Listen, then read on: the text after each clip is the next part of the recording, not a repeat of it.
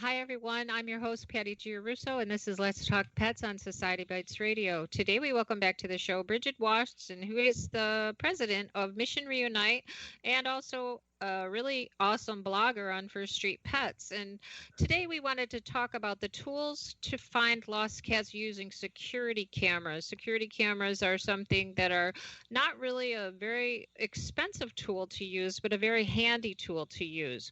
So Bridget's going to talk about the ways to choose a camera, how to set it up effectively, and ways to use it to effectively locate your missing pet or cat, I should say. And Bridget's a lifetime animal care and welfare professional. She is a retired animal shelter director and has been a professional pet sitter since 1994.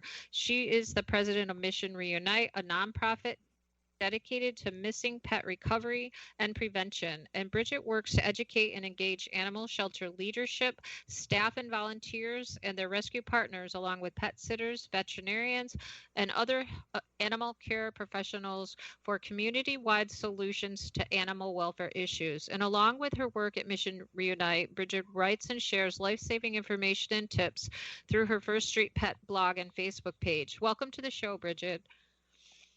Thank you, Patty. I'm so pleased to be back with you again to talk about this important topic. Yeah, so it's an interesting topic because I see more and more people talking about the use of the security cameras. I don't have any. I thought about getting them to use, but I feel like I don't know enough about it. So this is a really good topic as far as I'm concerned because I wanted to learn more about it. So go ahead and tell us how to do it and what to do and what to get and whatever we need to know about it. Okay, super. So I know when you had reached out to me and wanted to talk about a lost cat topic, and I agreed with that because I take a lot of calls and get a lot of requests for help with a lot of missing pets, but the vast majority are cats. And they can be very difficult for people to find because they're not as visible as a dog. You see a German Shepherd walking down the street, you're going to notice, but a cat can literally be under your feet and you don't see them. So the security camera is a great tool for letting you know where your cat is and sort of confirming their presence. So to go back in time a little bit, we at Mission Reunite and Lost Dogs of America and other folks doing this kind of work, we would recommend that folks looking for a lost pet would use what's called the trail camera, and people use them for hunting. You can set them up anywhere outside. There's a memory card in it, and it will take pictures, and some of them will take video. This is a good tool, but it's kind of basic, and they're kind of pricey too, even the more basic models. So this is a tool that was used in the past, but as I said, it was kind of basic. So you would have to go back to the camera, take out the memory card, plug it into your computer, and see what pictures you got. So it wasn't live streaming, so that could be a challenge. So today, security cameras are easy to buy. They're affordable. We remember back in the day when they had the big security cameras like at the bank and in the stores, and those systems were very expensive, and they relied on VHS tapes and whatnot to get footage, and the footage was really bad. But there have been amazing improvements in technology to the point where now you can go on Amazon and buy a camera for less than $40. It will record in HD. It will stream live to you on your phone. It's just amazing what you can get for less than $40.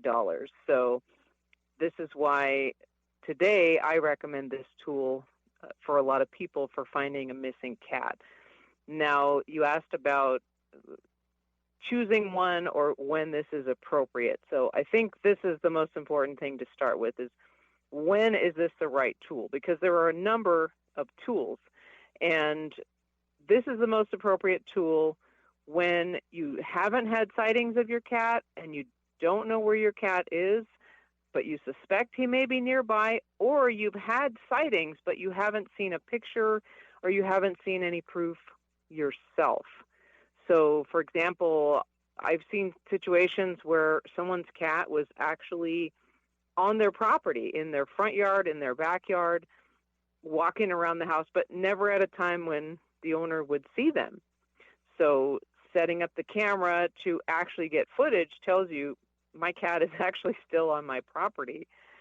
Or you may be getting sightings from someone else outside their house. Maybe they have cats. Maybe they feed cats, or they have a barn or something that's attractive to cats. Now, they may be saying they see a tabby cat, but how do you know it's yours? If you can set up the camera there, you can get some verification. Brigid? Yes. I haven't heard any of the conversation for at least 5 minutes, I think. I got cut off somehow.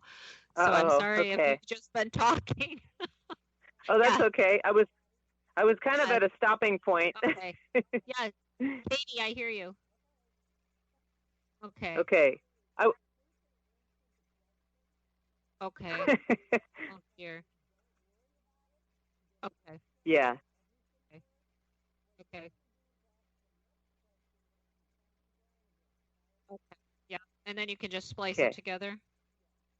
I completely lost everybody from the minute of her first. Okay. Okay. All right. Okay, good. Yeah. Sorry. I just finished by saying when someone should use a camera. So maybe the next thing you can ask is like how to set it up or how to choose a camera. Okay. All right. Oh. Yeah, it was perfect. Okay. All right. All right. I don't know. Okay, thanks. Okay. Okay. All right, that's great. Now, can we talk about choosing a camera? Like, how do you go about selecting one? When Kathy and I have talked about them in the past, you know, she mentions there's some really expensive ones, but you don't need that. And so how do you go about selecting one, and then how do you set it up? Sure. So we'll talk about the selection first. So as I mentioned, there's really inexpensive ones. I have one in my house that's one of those $40 ones. I actually bought it just to test it out to see if it would work for missing pets. And now I like having it because when I'm away from home, I can check on my pets by looking at the camera when I'm out and about. So it just depends on where you're going to be setting up the camera. So as you mentioned, they really vary in price. There are really pricey systems like some of the name brands like Ring. They're very fancy. They have a lot of different features, which may be great for just for you as a homeowner, but you may not need that in the realm of finding a pet. So the kind that I'm talking about that I have in the house is a movable unit. It's cool. It looks like a little globe, and I have some pictures of it on my website. And I can actually move it remotely. So it's like a little eye that turns around. Looks like those old 8 balls that you would shake and ask a question. And that's cool because you can sort of move it around. However, because of the way they're designed, these are not for outside all weather. So you could potentially use it if you have like a covered porch or an area. So they could be outside as long as it's not getting wet or freezing temperatures. So you could possibly use this outside, and they're cheap. And I like the fact that you can move it around because you may not have it pointing exactly where you want, and you may want to sort of look around the area. So the other kind, basic kind, is the fixed kind that you install. And I did end up buying one of these just for the front of my house, just because I live in a high traffic area and I have had people wander onto my property. So I did kind of want that. Not so much to catch people, but it's very visible. It's very obvious. So people can see that they're on camera. That's more of a deterrent. But it is also interesting for me to check and see. And I have actually caught footage of pets in front of my house. Like someone's dog got out and I got a ping and I see this video of some dog I've never seen before running up and down my driveway and barking. So that was interesting. Someone said the dog gets out all the time and went back home. So I think the dog was okay. But those are your basic kinds of cameras, and you can get those all in the inexpensive range for finding a missing pet. As I said, you may not need all the bells and whistles. Now, the thing about these cameras, which makes them different from the trail cameras, is that they do need electricity and they do need an internet connection. So if you're at your own house, no problem. You can plug it in. You can hook into your Wi-Fi. If you're at another location, that can be a little trickier. If it's at someone else's house, like maybe someone has given you some leads, like they've had a sighting of your cat, you can ask them for permission to set it up in front of their house. Or if it's in a public area, let's say your cat got out of the carrier when you were going to the pet hospital, you can ask them if you can tap into a public Wi-Fi. Like if there's a Starbucks or something like that, you may be able to do that. So those are your possibilities. If it's a very remote area where you're looking, then the trail camera may be a better tool, because you do need a power source and you do need a good Wi-Fi connection for this thing to work. Okay.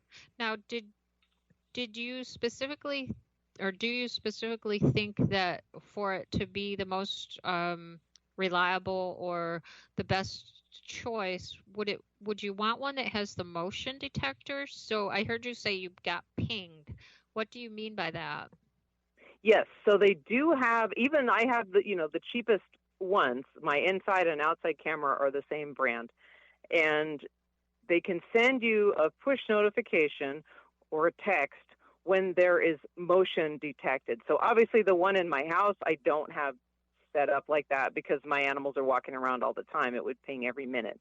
But the outside one, if you're setting it up and there's not a lot of other movement, if a cat walks by, or a dog or a squirrel or another creature, it will send you a notification. And what you do is you go into the app on your phone, and mine, at least, the others may be different, shows me a 6-second clip of the video that was recorded. If I want to see the whole video, then I just go into the cloud and I can watch the whole day if I want to.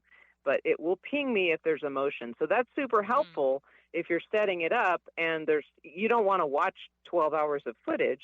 You want to get notifications, and then you can sort of filter through them to see if it was like a person walking by or a squirrel or something like that. But if it is your cat, then you can get a good picture, and then you can verify if that is actually your kitty. Okay. Yeah, that makes sense. Kathy and I were only just talking about trail cams before. And I do think I know which ones you're talking about, those little white ones, because I have some of those, but it wasn't the kind that would let you know I didn't have an emotion detector because I have 4 dogs, and that would just be crazy. Right. Yeah. So what do you do when you see your cat on there? Then how do you, because I've heard so many people say, oh, I see him, but he won't let me near him, and that seems to happen a lot with these cats. These little crazy kitties have a mind of their own when they get outside when they're not supposed to be, I guess. He just sent me a story on Facebook. I don't remember all the details because we share a lot of this stuff on Mission Reunite, the happy ending stories, where it was a similar thing where someone's cat got out of the carrier or something, and they start chasing the cat. And then, of course, the cat runs and hides. And so, yes, very important to have a plan for when you do see your cat. So let's say you see some footage on the camera, whether it's at your house, at somebody else's house, or wherever the location is. One thing you want to determine is like the time that your cat is coming around. And cats are very habitual. It may be 6 o'clock every night. It may be 2 o'clock in the morning that they're becoming active and walking around. You can see them on the camera. So that's when you can plan. Now, some cats will walk up to people. So if the owner approaches and speaks softly, the cat may come out. But that's kind of rare. They don't all do that. Many, even cats that are friendly at home, will run and hide and avoid even their own people that they know. So in that case, it may be good to use a humane trap, which will be a good topic for another podcast. But that is also a tool that someone may want to use if they know where their cat is, but they just can't get their hands on them. The cat won't come to them, will run and hide, or doesn't come out at any time when they're there. So they can't really figure out exactly where they are. But the